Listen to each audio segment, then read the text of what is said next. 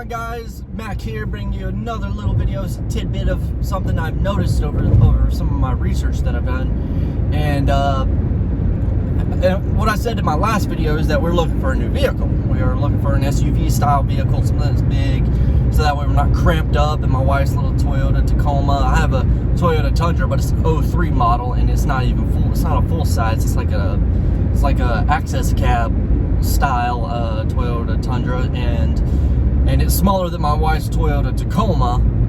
So yeah, I've been doing some research as to trying to find a vehicle that's good and everything like that. My wife has pretty much decided in her mind what she would love to have, and that would be a 2021 Tahoe. It's not as big as the Bourbon, but the Bourbons are too damn big in my opinion for what we technically need. But so the Tahoe is just the perfect fit. So I started looking at vehicles that are very similar in size to the Tahoes and everything of that nature. You got from like the Nissan Armada, you got the Ford Expedition, I think, you know, Toyota Sequoias and things of that nature. And something occurred to me during all my research of looking at these new vehicles and stuff, especially when it comes to the Toyota end, because I'm a Toyota fan. Like I said, I have a Toyota Tundra. My wife has a Toyota Tacoma, so I'm like, let's just stick with the Toyota family. Haven't done wrong by us so far, you know. It's like last vehicle I got that was technically okay. A little background: I have two vehicles I could say that I've owned in my life. First is my Toyota Tundra. Second is a Chevy Silverado that turned out to be a lemon, so it left a bad taste for Chevy in my mouth. You know, so that's the reason why I'm not like 100% on board with the Tahoe. Now, I understand that it's a vehicle, there's stuff like that, but I've always been loyal. I've always loved the Toyota brand. I don't know why, it just stuck with me and stuff, things of that nature. And you hear everybody say the same thing: Toyotas hold their value more. Toyotas hold their value more, right? So they're like, so when I was doing the research on the Sequoias, I was expecting something, you know, much better than the Tahoe and Expedition and Explorers.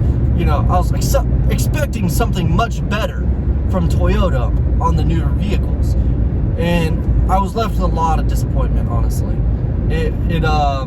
Surprisingly, it seems like those vehicles are actually kind of behind on the technological scale. I mean, yes, they have some of the things, but honestly, it just they seem a little bit outdated interior wise, and exterior wise, I don't like how they look. It's just, I'm a fan of Toyota. Like I said, I'm a fan of Toyota, but the Sequoias, the front end looks like a Dodge, and I hate Dodge. I hate Ram. I'm not a Ram fan or anything of that nature, but I was just looking at it, and it's like I was disappointed in Toyota's new lineup, because my wife has a 2015, and I thought that was top of the line until I really started digging into it, and it just seems like, and it confuses me as to why it even holds that much value, considering, you know, everybody else has like a dual climate type thing. They're able to control, you know, people already had to push start buttons for vehicles and everything, and it makes no sense to me. And it got me thinking about, why is it that the value of a Toyota, despite it not having the high-end electronics or anything of that nature, why does that hold its value more than a Ford or Chevy? Why does it? You know, I mean, let's face it, I have a Toyota. I can honestly admit this. They're not easy to work on. Okay, they are not easy vehicles to work on. They are much more difficult vehicles to work on. You have to remove, for simple fixes, sometimes you have to remove the top of the engine. I know this because I have to get a starter replaced on my Toyota Tundra, and you basically have to remove the top of the engine completely just to get to the damn starter.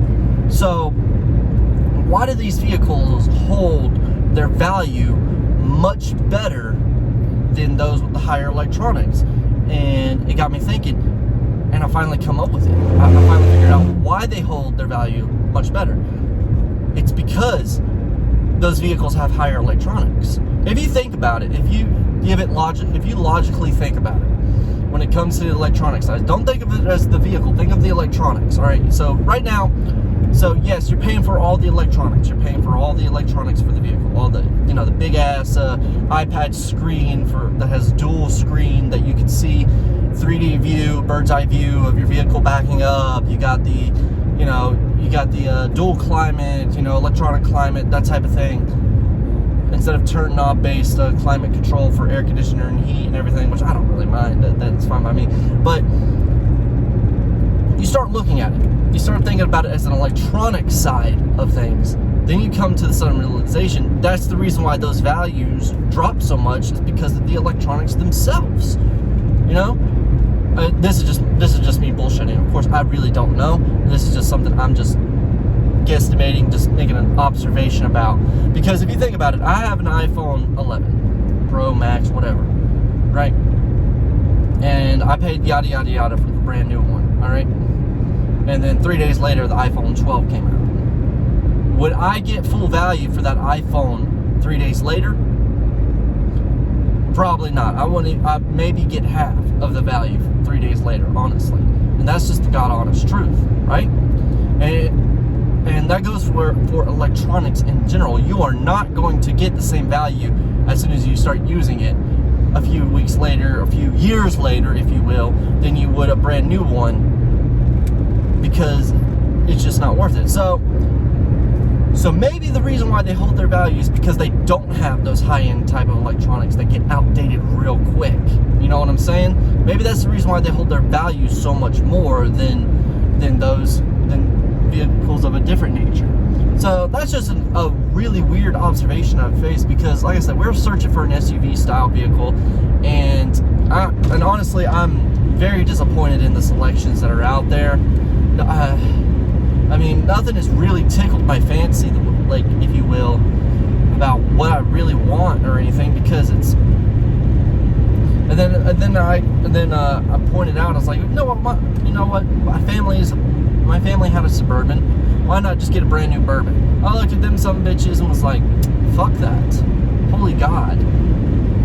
I didn't, like I said, vehicles are outrageously priced to begin with. However, it still also just confuses the hell out of me as to why something that seems a little lower end on the technological scale is still the same price and still holds that value. Now, maybe there's some sort of different kind of inner workings with it, you know, mechanical wise or anything. It can't just be electronics, okay? It cannot just be electronics. All right, it's got to be more than just electronics when it comes to a vehicle to drive prices and stuff. Granted, modern conveniences really do drive up prices crazily when it comes to it, and it also affects the interior size as well. If you notice that you get something that's more high end with all this cool little electronical gadgets and shit like that, you'll notice the room interior size kind of starts to shrink a little, mainly because you need room for electronics. That's just the truth. So that's just a little observation I made about Toyotas in general, in SUVs in general, because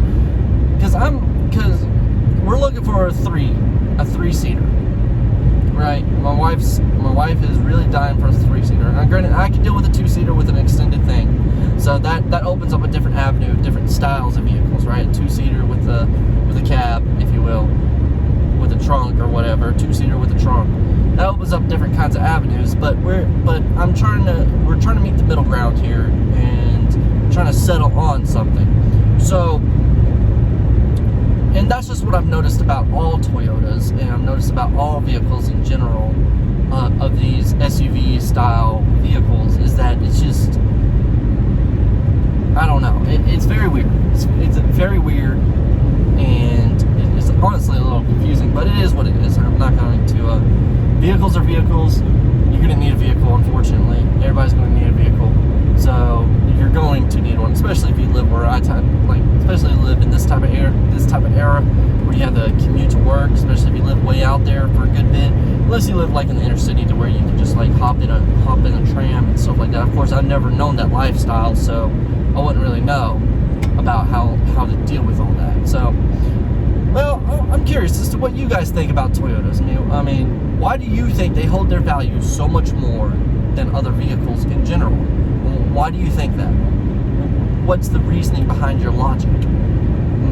For me, I feel as though if it's more along the lines of, since they don't have those high-end electronics don't get outdated so quickly, and they hold their value. They're more analog based, if you will, controls, if you will. So what do you guys think? Give me your thoughts, and if you guys would, give me a like, comment, and subscribe, and hopefully you guys look forward to the next video. It's going to be another doozy. Don't know what it's going to be about, but it's going to be another doozy. And as always, work hard. Peace!